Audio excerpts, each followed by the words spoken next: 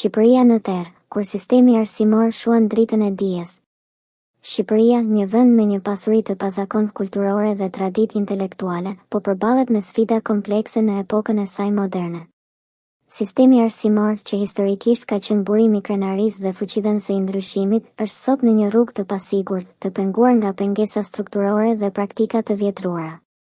Megjithse ka dritën e potencialit për të ndriçuar brezat e rinj, shumë nga institucionet arsimore mbeten të mbyllura në një ciklim inercie, duke lënë të pamjaftueshme mundësitë për zhvillim kritik dhe krijimtari.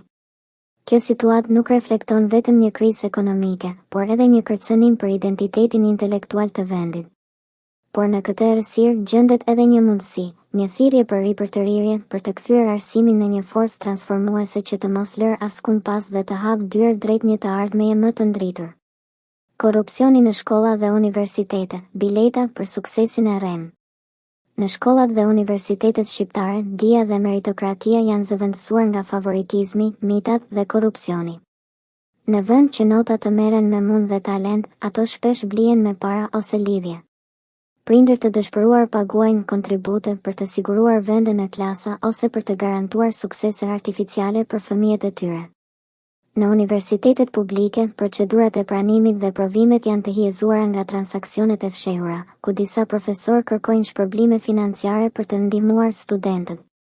Kjo nuk është thjesht një skandal moral, është një sulm i drejt për drejt ndaj themelit të shoqërisë. Varfëria dhe mjerimi, pasojat e një kombi të pashkolluar.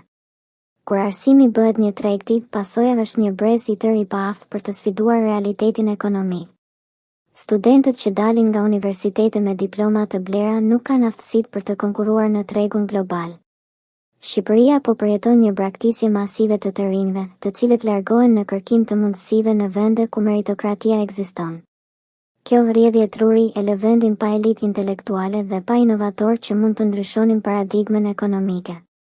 Shteti mbetet i mbushur me punëtor të pakualifikuar, të papërgatitur për sfidat e shekullit XXI, duke thelluar varfërinë dhe varësinë ndaj huajeve të jashtme. Errësira morale, mesazhi i shkatëruar për brezat e ardhshëm.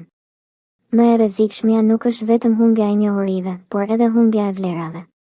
Kur një fëmijë mëson që suksesi vjen nga një xhep i mbushur dhe jo nga një mendje e stërvitur, ai rritet duke besuar se korrupsioni është normal. Kjo kulturë e korrupsionit infektron çdo sferë të shoqërisë, nga spitalet në administratën publike, duke e bërë Shqipërinë një vend ku drejtësia dhe ndershmëria janë mit. Ç'mund të bëhet? Rrugët drejt një revolucioni arsimor. Për të shpëtuar Shqipërinë nga ky terr, duhet një revolt e koordinuar. Transparencë dhe llogaridhënie. Qeveria duhet të heqë dorë nga retorika dhe të ndërmerrë veprime konkrete, inspektime të papritura, dënime të ashpra për korrupsion dhe sisteme elektronike për vlerësimin e nxënësve dhe profesorëve.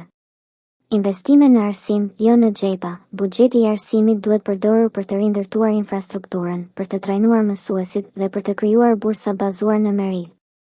Roli aktiv i studentëve dhe prindërve, brezat e rinj duhet të kërkojnë llogaridhënie dhe të refuzojnë të blejnë suksesin.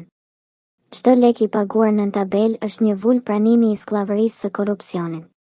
Partneritete me Evropën, përfitimi i programeve të BE-s për trajnime, këmbime studentore dhe modernizimin e kurrikulave mund të hapë dritën e dijes së vërtetë. Drita në fund të tunes.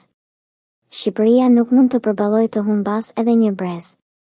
Koha për të ankuar ka mbaruar, koha për të vepruar është tani.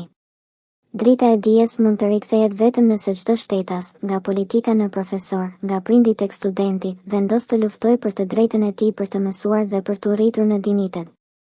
Vetëm kështu Shqipëria do të shohë agimin e një dite të re, kur arsimi nuk shuan emrin e saj, por e çon drejt prosperitetit.